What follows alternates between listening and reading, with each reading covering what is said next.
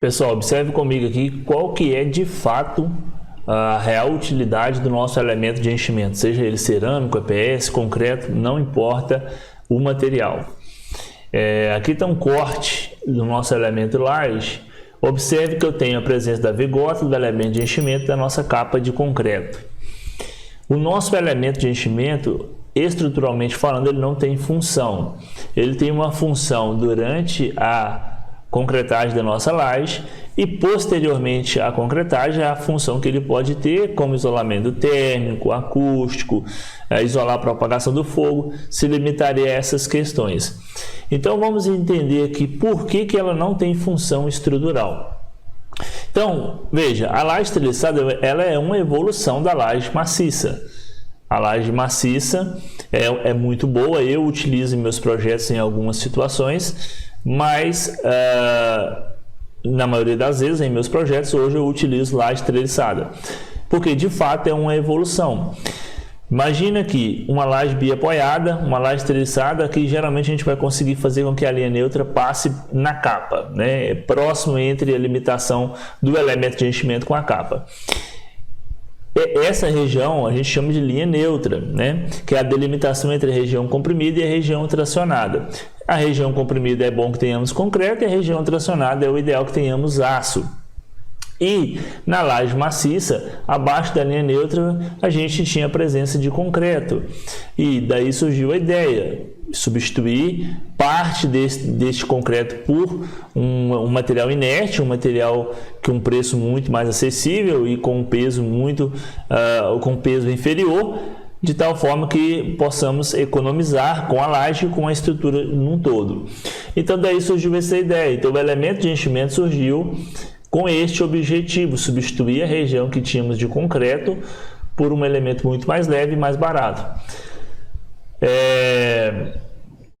Daí a gente utiliza ele o quê? Como forma para ser concretada a nossa laje. Porque se a gente não tiver o elemento de enchimento, nosso concreto, obviamente, eu precisaria de ter o quê? O que se tem na laje maciça, uma forma, porque senão ficaria um vazio, né?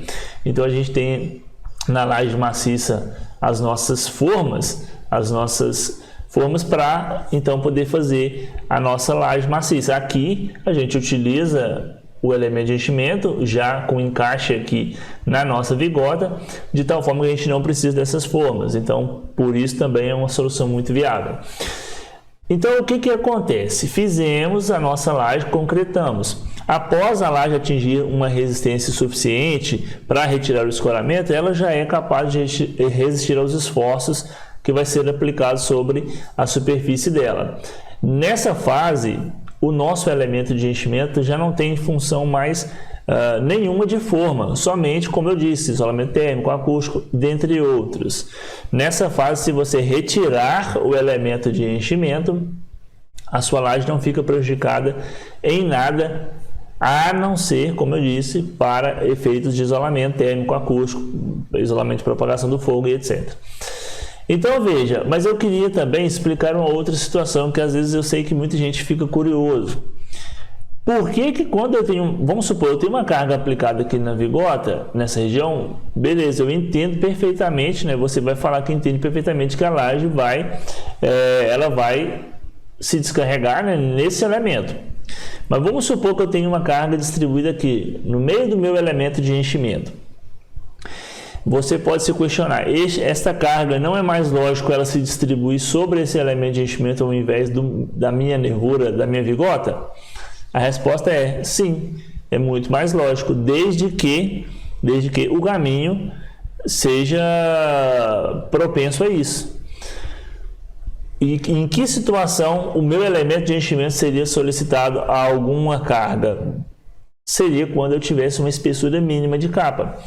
Por isso que nós temos uma espessura mínima de 4, 5 centímetros na nossa capa aqui da nossa laje. Por quê? Imagine que você tivesse, devido a alguma falha de concretagem, contraflecha mal executada, você tivesse uma espessura aqui de 0,5 centímetros.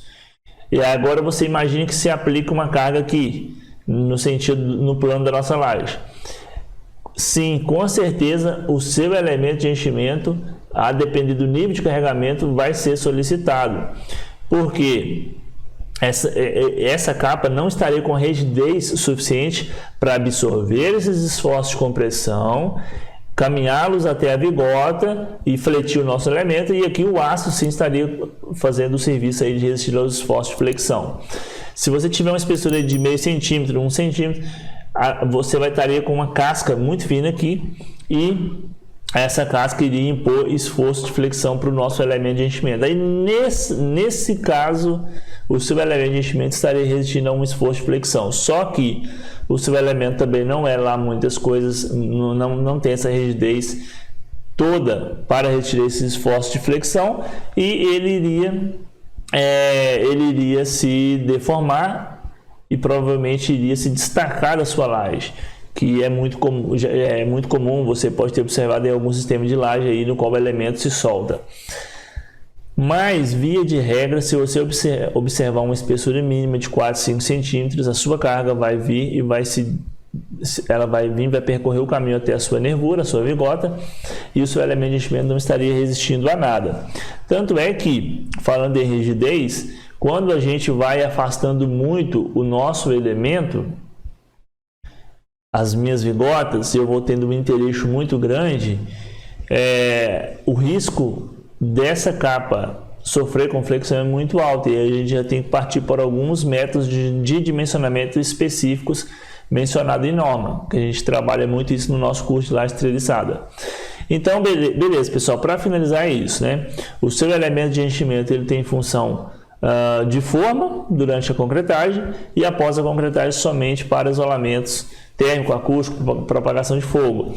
E você tem que observar uma espessura mínima da capa para que os seus esforços de fato sejam transmitidos à vigota. Eu espero que vocês tenham gostado. Para avisar, nós temos um curso de lajes treliçadas aí, que se você tiver mais interesse, o link está na descrição aí. Acesse, acompanhe com a gente, venha fazer parte dos nossos diversos alunos inscritos no curso. Te aguardo, até a próxima.